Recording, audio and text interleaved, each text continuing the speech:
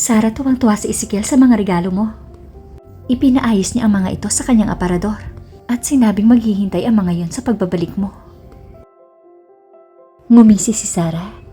Nasasaktan siya na ang lahat ng kanyang mga mahal sa buhay ay tumalikod sa kanya at sumusuporta kay Ezekiel.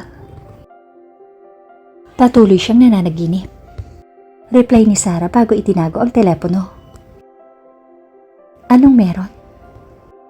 Tanong ni Casey nang stable na silang nasa ere. Bakit mukhang upset ka? Inakala ni Sarah na sa pagkakataong ito ay kakampi niya si Casey. Si Ezekiel, hindi ko lang alam ang gagawin ko para magalit siya. Sinabi ko sa kanya na wag nang makipag-usap sa akin.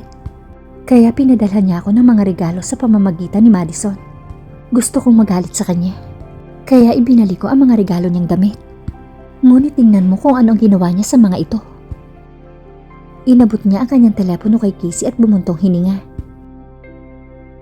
Natawa si Casey matapos mapanood ang video at binasa ang mga katagang nakalakip doon. Sarah, bigyan mo lang ng pagkakataon ang pag-ibig sa huling pagkakataon. Maaari mo rin gawin ito sa isang kontrata. Kumunot ang noo ni Sarah sa kakaibang idea ni Casey. Bakit ako? Hindi ko kailangan ng lalaki sa buhay ko. Umiling si Casey. Kahit na matalik na magkaibigan, ang kanilang mga hangarin ay ganap na kakaiba. Sarah, matanda na tayo dito. Paano ka natutulog sa gabi? Tingnan mo, gutom ka sa sex? Sarkastikong tumawa si Sarah. May mga single na babae dyan. Should they get into toxic relationship just to prove a point? Tanong ni Sarah kay Casey. Sarah, huwag na nating pagtalunan pa ito. Sana hindi mo ito pagsisihan balang araw kapag namatay siya, para patunayan kung gaano kanya kamahal. Bahagyang nanigas si Sarah sa sinabi ni Casey, ngunit hindi nagtagal at nakahinga siya ng maluwag. Mabuti kung ganon. At least makikita na niya ang namatay naming anak. Naramdaman ni Casey na tuluyang nawala sa isip si Sarah. Marahil ay masyadong malalim ang sugat. Sarah, sa tingin ko hindi maayos ang relasyon mo. May first shoot agad tayo pagkababa ng eroplano. Kaya mas mabuting umiglip muna ako. But when this is over, can you try counseling? Pumikit si Casey pagkasabi noon at naiwan si Sarah sa malalim na pag-iisip. Habang iniisip niya kung baliw ba talaga siya sa sama ng loob kay Ezekiel. Gustong gusto niyang malayo ito. Pero ang totoo ay namimiss niya ito. Kinabukasan, abala si Madison sa opisina na kausapin siya ni Ezekiel. Madison, ikaw muna ang bahala sa lahat. Aalis kami ni Luke papuntang Miami. Okay sir, we shall be in touch and good luck. Umalis si Ezekiel kasama si Luke. Sa Miami, dumiretso si Ezekiel sa reception at kumatok sa pinto ni Sarah. Binuksan ni Sarah ang pinto na nakatowel rope. Nakabalot din ang buhok niya ng puting tuwalya. Pero nanlaki ang mga mata niya nang makita si Ezekiel. Bago siya nagtanong kung ano ang ginagawa nito doon, bigla itong nagsalita. Sarah, magbihis ka at sumama ka sa akin. May surprise ako sa iyo. Pagod si Sarah. Ang kailangan niya ay sapat na pahinga para bukas. May mga 12 eksena pa ang kukunan sa Miami na ang ilan ay nangangailangan ng kanyang stunt double. Ngunit hindi pa rin siya handa sa mga biro ni Ezekiel. Ezekiel, hindi ako pupunta kahit saan kasama mo. Matigas ang boses ni Sarah at tumalikod siya para umalis. Ngunit narinig niya ang boses ni Ezekiel sa likuran niya. Sarah, please. Gusto lang kitang makausap. Tumingin si Sarah sa paligid para hanapin si Rush, bago maalala na nagpapahinga ito sa araw na iyon at maaaring nasa silid na ito ng sandaling iyon. May mga paraan para magkausap ang mga ito at sigurado siyang alam ni Rush ang presensya ni Ezekiel. Kung hindi, darating ito para itaboy ang sino mang nasa labas ng kanyang pinto. May iba pang artista sa luxury hotel Ngunit may mga espesyal na lunch ang mga lead actor at malapit yun sa kwarto ni Sarah. Sa halip na maghintay sa lunch, pumunta si Ezekiel sa pintuan ni Sarah. Ezekiel, hindi ko ito gusto. Paano kung kidnapin mo ako? Ngumiti ng mapait si Ezekiel. Matagal ko na sanang ginawa yon. Huminga ng malalim si Sarah at nagdesisyong magpalit ng damit. Bigyan mo ako ng 5 minuto. Isasara na sana niya ang pinto nang bigla siyang hinarangan ni Ezekiel. Pwede ba akong pumasok? Magalang na tanong ni Ezekiel. Mas mainit ang panahon sa Florida kaysa sa nakasanayan, kaya gusto magpalamig ni Ezekiel sa aircon ni Sarah. Hindi ka maaaring pumasok. Ibig sabihin, may nararamdaman ka pa para sa akin. Nakikita ko si Rush na palakad-lakad sa kung saan-saan, pati na rin sa kwarto mo. Pero hindi mo ako pinapayagan. Paano kung kailangan mong mag-zipper ng damit? Kasama ni Casey si Luke, remember? Hindi pinansin ni Sarah ang sinabi ni Ezekiel at sumuko na siya bago marinig ang boses nito mula sa likod. Pumasok ka. Pagpasok ni Ezekiel, nakabihis na si Sarah. Ngunit ang tanging problema ay ang kanyang zipper sa likod. Dahan-dahan itong hinila ni Ezekiel para kay Sarah na walang sabi-sabi. Ngunit hindi niya ito maiwasang samantalahin. Hinalikan niya ang buhok nito. Kahit hindi niya nakikita ang mukha nito, isang bagay ang malinaw sa kanya. Siguradong nagulat ito. Inilibot ni Sarah ang kanyang mga mata. Huwag mong isiping magpapasalamat ako sa'yo. Wala akong iniisip na ganyan. Tinanggap ni Ezekiel ang kasungitan nito. Natutuwa siyang hindi siya nito binastos. Gusto lang niyang lumingon ito na hindi nito ginawa. Pwede na ba tayong umalis? Tanong ni Ezekiel after a few minutes. Nang lumingon si Sarah, nakita niya itong may hawak na blindfold. Hindi niya maiwasang matakot na baka ipagkanulo siya ng kanyang puso kapag nagpatuloy silang magkasama. Magtiwala ka sa akin, Sarah. Kumpiyansang sabi ni Ezekiel. Sa gagawin mong ito, sana lang hindi kita kamuhian sa huli.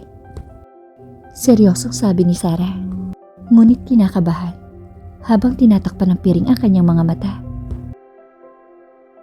Hindi maalala ni Sarah kung kailan siya binuhat ni Ezekiel sa mga bisig nito. Kahit na siya ay may sakit, ngunit ginagawa nito ito ngayon. Sinubukan niyang kumawala habang binabalaan siya nito. Huwag kang gumalaw, baka mahulog ka. Tandaan mo may shooting ka pa bukas. Kailangan buo lahat ng parte ng katawan mo. Nagngalit ang mga ngipin ni Sarah, ngunit hindi na siya gumalaw. Mas mabuting iyakap mo ang braso mo sa leeg ko. Sabi ni Ezekiel sa nakakaakit na tono na tila kakaiba kay Sarah. Ezekiel, tatanggi na sana siya, ngunit magalang siya nitong pinutol. Huwag ka na makipagtalo, okay? Walang ganang ipinulupot ni Sarah ang kanyang braso sa leeg ni Ezekiel at napangiti ito. Dahan-dahan siya nitong ibinaba sa passenger seat at kinabitan ng seatbelt bago naglakad papunta sa driver's side. Naramdaman ni Sarah ang paggalaw ng sasakyan, ngunit hindi niya alam kung saan sila patungo. Tumagal ng hindi bababa sa 10 minuto bago huminto ang sasakyan. Pagkatapos ay tinanggal ang seatbelt sa kanyang katawan at muli binuhat siya ni Ezekiel mula sa kanyang pagkakaupo. Narinig niya ang tunog ng pagbukas ng pinto bago dumampi ang kanyang mga paa sa sahig. Ngayon ay tinatanggal na ni Ezekiel ang piring. Buksan mo ang mga mata mo, Sarah. Iminulat ni Sarah ang kanyang mga mata. Ezekiel, kung inaakala mong nasurpresa ako, pwes, hindi ako natutuwa sa ginawa mo. Sarah, binili ko ang bahay na ito para maging komportable ka sa tutuluyan mo pagkatapos ng mga eksena. Salamat sa pag-aayos nito. Pero kailangan ko nang umalis. Papunta na siya sa pinto nang hawakan siya ni Ezekiel sa kamay at hinila siya papunta sa mga bisi. Please, stay the night. May komportableng kama sa itaas. Nanigas si Sarah habang nasa bisig siya ni Ezekiel at kahit hindi niya ito itulak palayo, maliwanag na tatanggihan niya ang alok. Ezekiel, sa sopa ako matutulog. Putol ni Ezekiel. Alam niyang puno ng negatibong kaisipan ang isip ni Sarah. Hindi kita hahawakan ng walang pahintulot mo.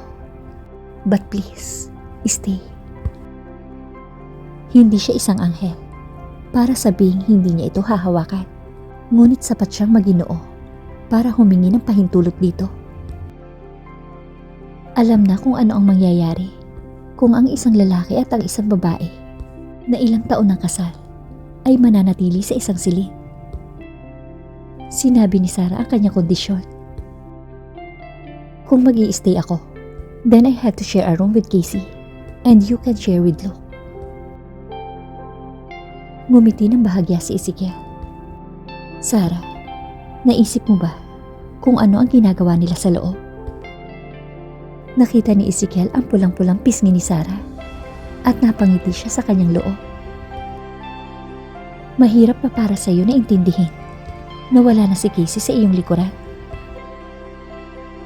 Ito ay isang masakit na pagkaunawa na tinanggap ni Sarah na kailangan niyang gumawa ng ilang seryosong pagsasaayos upang mapigil ang sitwasyon. Sinubukan niya kumawala sa yakap ni Ezekiel. Kailangan ko nang umalis, sabi ni Sarah, ngunit nauwi lamang siya sa mga bisig ni Ezekiel. Biglang nagkaroon ng lakas si Ezekiel para buhatin siya na parang sanggol. Gabi na at may shooting ka pa bukas. Wala akong masamang gagawin. Ako ang magiging alarm mo at gigisingin kita sa tamang oras. Naglakad si Ezekiel paakyat sa hagdan habang nakayakap si Sarah sa kanyang leeg. Ngunit muling nakaramdam si Sarah ng pagkabalisa. Si Ezekiel ay napakabising lalaki, ngunit nagawa nitong ipagpaliban ang kanyang trabaho para maging alarm. Marahang ibinaba ni Ezekiel si Sarah sa kama. Lumuhod sa harapan nito at sinimulang tanggalin ang sapatos nito.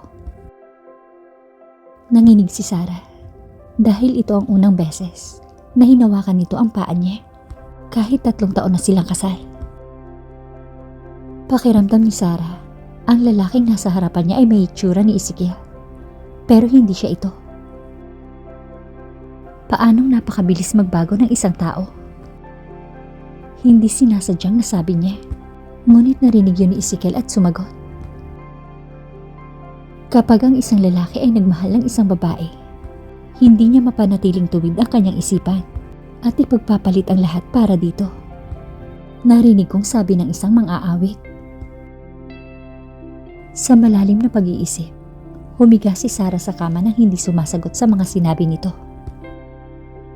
Ang sorpresa ni Ezekiel ay parang isang bitag dahil ang kama ay napuno ng amoy ng pabango nito. Ibinalik nito ang ilang intimate na alaala na gusto niyang ilibing. Pilit na ngumiti si Ezekiel at kinumutan siya. Good night, Sarah. Nandito lang ako kung may kailangan ka.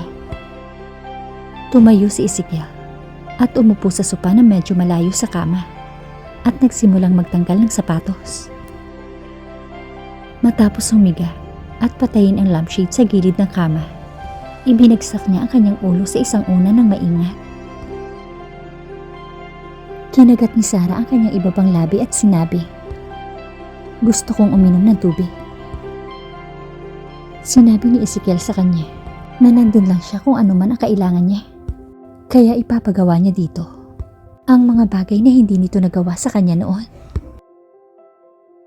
Nang kukunin na nito ang tubig para sa kanya, nagsimula siyang mag-recite. Itigil muna natin ang diborsyo hanggang sa ipanganak ang bata. Ngunit huwag mong aasahan na mananatili kang Mrs. Senot. Ang titulong yun ay pag-aari ng ibang babae. At siguradong hindi ikaw yun. Biglang naniga si Ezekiel sa kalagitnaan ng paglalakad. Ang mga salita nito, na kung saan ay isang replay ng kanyang sariling mga salita mula sa dati, na ngayon ay sumasaksak sa kanyang puso. Mahirap para kay Sarah nakalimutan yon, at gusto niya tiyakin na matikman nito ang kanyang nararamdaman. Humarap si Ezekiel at binuksan ang ilaw para mas makita si Sarah ng malinaw. Namumula ang mga mata niya sa sakit. Ito ba ang paraan mo para pahirapan ako? Go ahead, Sarah. Kakayanin ko, pangako. Pareho silang nasasaktan, ngunit tinanggap ni Sarah ang hamon at inangat ang sarili sa pagkakaupo. Sinabi mo sa akin na huwag kitang direktang kakausapin. Dapat lang na makipag-usap ako sa iyo sa pamamagitan ng mayordomo. Maliwanag na paggunita ni Sarah. Oo, ginawa ko yun. Pero ganun din ang gagawin mo kung ikaw ang nasa kalagayan ko. Seryosong sabi ni Ezekiel na mas lalong nairita. Natuwa si Sarah at nakuha niya ang antas na ito at humiling. Ipaliwanag mo. Gustong sagutin ni Ezekiel ang kahilingan nito. Ngunit nag-aalala siya sa darating na mga shooting. Meron ka ba talagang lakas para dito? Ang susunod na shooting ay 4 na oras na lang at hindi ka pa nakakapagpahinga. Gusto mo bang mag-shooting ng may eye bag? Namangha si Sarah na alam nito ang schedule niya at inaalala nito ang magiging hitsura niya sa set. Kakaiba ito sa kanya. Iba sa lalaking pinakasalan niya. Pero ang masaklap na katotohanan ay siya nga ito. Sagutin mo lang ang tanong ko. Matigas na sabi ni Sarah. Sige, nailagay mo na ba ang sarili mo sa posisyon ni Irish? Sasagot na sana si Sarah. Ngunit alam ni Ezekiel na hindi nito maiintindihan ang lalim ng tanong at mabilis na sumingi. Kalimutan natin na niloko siya ni Sebastian. Kunwari ay siya ang babaeng inakala ko na mapagmahal at maunawain. Ano kaya ang gagawin mo kung nangako ka sa ganoong babae para sa inyong future together? Tumayo si Sarah at naglakad-lakad. Magiging tama ang lahat kung ilalagay ng bawat isa ang sarili sa posisyon ng isa't isa. Ipinagpatuloy ni Ezekiel ang kanyang paliwanag at magustuhan man ito ni Sarah o hindi, kailangan itong makinig. Ipagpalagay mo na ikaw ay nasa katayuan ko. Inayos mo makipagkita sa kanya at sa susunod na sandali, tumawag ka para sabihin kay Irish kung paano ka nagising sa kama kasama ang isang babae. Ipagpalagay na hindi siya ang nagbayad para sa isang tao na mag-spike sa ating mga inumin at ang lahat ay isang aksidente tulad ng iniisip ko. Ano ang gagawin mo, Sarah? Sa kauna-unahang pagkakataon, natahimik si Sarah. Matapos i-replay ang lahat ng nangyari, ngayon ay nasa sapatos siya ni Ezekiel at hindi siya komportable tulad na sa kanya. Gusto ko nang matulog, Ezekiel, sabi ni Sarah habang naglalakad papunta sa kama. Napangiti si Ezekiel. Alam niyang sinusubukan nitong iwasan ang tanong. One last question, Sarah. Bakit pineke mo ang iyong kamatayan? Alam mo na hindi ito dahil gusto mong tuparin ang mga hiling ko. Natigilan si Sarah sa tanong. Hindi niya inaasahang magtatanong si Ezekiel. Siya ang nagpasimula nito. Ngunit ngayon, ang lahat ay tumalikod sa kanya. Ang tanging pumasok sa isip niya ay humiga sa kama, magtalukbong ng kumot at magpanggap na natutulog. Gayunpaman, bago dumampi ang kanyang katawan sa kama, naabutan siya ni Ezekiel na nagpakaba sa kanya. Hindi ba dahil alam mong mahal kita? Sabi ni Ezekiel habang nakapulupot ang isang braso sa bewang ni Sarah. Dumampi ang hinlalaki niya sa labi ni Sarah at inilapit niya ito sa dibdib niya. Bahagyang lumapat ang labi niya sa labi nito habang nagsasalita siya. Alam mong malalaman ko na ikaw ang para sa akin at susunod sa'yo. Pagpapatuloy na sabi ni Ezekiel. Ang boses niya ay mabigat sa masalimuot na emosyon. Ngunit naglalabas ng init na nagpagulo kay Sarah. Hindi dahil gusto mong tuparin ang iyong pangako na hindi ito ipapaalam sa media. Kung yun ang kaso, maaari kang umalis ng walang peking kamatayan. Tila nahuli ng ilaw si Sarah. Namumuo ang mga luha sa mata niya. Alam niyang mahal siya ni Ezekiel kahit hindi nito ito ipinapakita. Kung hindi, hindi sana siya mananatili. Ito ay hindi lamang tungkol sa mayordomo na kumikilos para kay Ezekiel. Alam ni Sarah na sa lahat ng oras na kasama niya si Ezekiel, palagi itong natatakot sa isang bagay. And that something was admitting exactly how he felt about her. Gusto kong magalit sa iyo ng sobra, sabi ni Sarah habang nagngangalit ang mga ngipin. Ngumiti si Ezekiel at bahagyang dinampian si Sarah ng halik sa noo. Hindi maitatanggi ni Sarah na kahit ang maliit na kilos ay nagpapabalik ng mga matalik na alaala. Isang luha ang tumulo sa kanyang pisngi. Pero hindi mo kayang magalit at yun ay dahil mahal mo pa rin ako. Mahinang sagot ni Ezekiel habang humihigpit ang braso niya sa bewang ni Sarah. Sarah, bigyan mo ako ng pangalawang pagkakataon. Marahan niya itong hinalikan at natunaw ito sa kanyang mga bisig. Hinaplos niya ang pisngi nito at muling dumampi ang labi niya sa mga labi nito. Isang linggo lang, Sarah. Kunwari kasal pa tayo tulad ng dati. Kung hindi sapat para makuha ang puso mo, hindi ko na itutuloy ang mga bagay. Seryosong sabi ni Ezekiel. Isang linggo? Tanong ni Sarah na hindi nagustuhan ang idea na magpanggap na asawa ni Ezekiel kahit hindi na niya ito kayang kamuhian pa. Gayunpaman, kung mapapatunayan niya kay Ezekiel na kahit mahal niya ito, ay mas pinili niyang mamuhay ng mag-isa, then tutuparin nito ang pangako at lulubayan na siya. Ang isang linggo ay hindi gaanong matagal. Kaya niya ito. Humiwalay si Sarah at tinitigan sandali si Ezekiel. Pag-iisipan ko, magulo ang isip ko ngayon.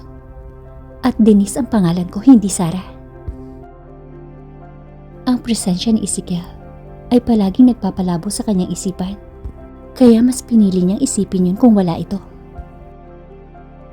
I understand. Pero pwede bang itigil mo na ang pagiging malamig mo sa akin? Ang babaeng minahal ko ay si Sarah. Kaya hindi kita matawag na Denise. Kung mapapagtagumpayan lamang ni Ezekiel, kahit na ang pakikipagkaibigan, hindi siya magsasawang maglaan ng oras para makuha ang puso nito. Pwede mo akong ituring na isang nakakainis na kaibigan sa ngayon. Dagdag na sabi ni Ezekiel. Humiga si Sarah sa kama nang hindi sumasagot. Ngunit alam ni Ezekiel na hindi pa ito natutulog. Umalis siya para ikuha si Sarah ng isang basong tubig. Inumin mo ito. Hindi na malaya ni Sarah kung gaano siya nauhaw hanggang sa maubos niya ang laman ng baso. Salamat. Gusto mo pa ba? Mahinahong tanong ni Ezekiel. Nagngalit ang mga ngipin ni Sarah. Gusto niya ang lahat ng ito noon pa. Ngunit ang tanging natanggap niya ay ang pagiging malamig nito. Hindi, matutulog na ako, sabi ni Sarah at lumingon sa gilid. Bumuntong hininga si Ezekiel at bumalik sa sopa. Mas maganda ang pakiramdam niya kaysa kanina. Ang mahinang puso ay hindi kailanman nanalo sa isang makatarungang babae. Handa siyang gawin ang lahat para mabawi ang dating asawa. Kung papayag lang ito sa 7 araw, alam niya kaya niyang gamutin ang sugat na idinulot niya sa puso nito.